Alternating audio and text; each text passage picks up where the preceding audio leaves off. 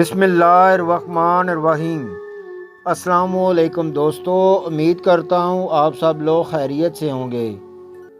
پہلے تولو پھر بولو، اللہ تعالیٰ کے راز اللہ ہی جانتا ہے۔ مجھے اپنے جاننے والے نے ایک واقعہ بیان کیا ہے جو سن کر میرے رونگٹے کھڑے ہو گئے۔ میرے دل پر اتنا اثر ہوا، سوچنے لگی کاش ایک دوسرے کا دل دکھانے سے پہلے یہ سوچے کہ انسان کا دل دکھانا کعبہ کی بے حرمتی سے بڑا ہوا ہے۔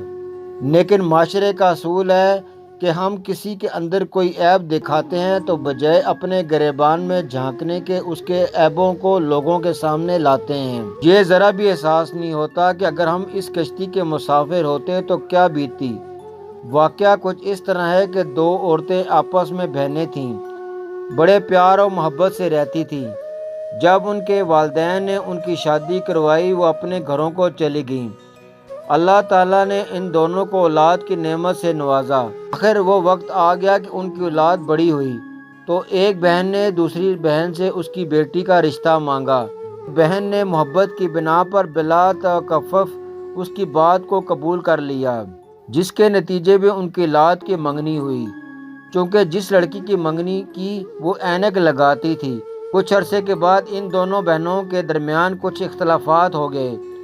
بات یہاں تک پہنچی کہ جس کا بیٹا تھا اس نے اپنی بہن کو کہا کہ میں اپنے بیٹی کی شادی تمہاری بیٹی سے نہیں کروا سکتی۔ جب اس نے اپنے بیٹے سے پائپ لینا شروع کیے تو اچانک ایک پائپ اس کے ہاتھ سے چھوٹ کر لڑکے کی آنکھ میں جا لگا، جس کی وجہ سے اس کی آنکھ پھوٹ گئی اور زمین پر آ گری۔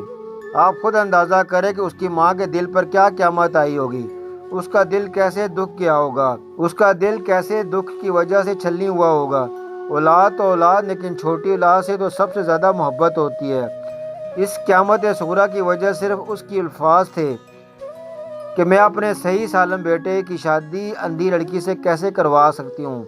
کسی نے کہا ہے کہ تیر کے زخم بھر جاتے ہیں لیکن زبان کے زخم نہیں بھرتے۔ اس لیے تو رسول اکرم صلی اللہ علیہ وسلم نے فرمایا کہ جو شخص مجھے زبان کے حفاظت کی ضمانت دے دے میں اس کو جنت کی ضمانت دیتا ہوں۔ ایک صحابی رسول، اگر تو ٹھیک ہو گئی تو سارے کام ٹھیک ہو جائیں گے اور اگر تو خراب نکلی تو سارے کام خراب۔ اللہ تعالیٰ سے دعا ہے کہ ہم سب کی زبان کی حفاظت کی توفیق عطا فرمائے، آمین۔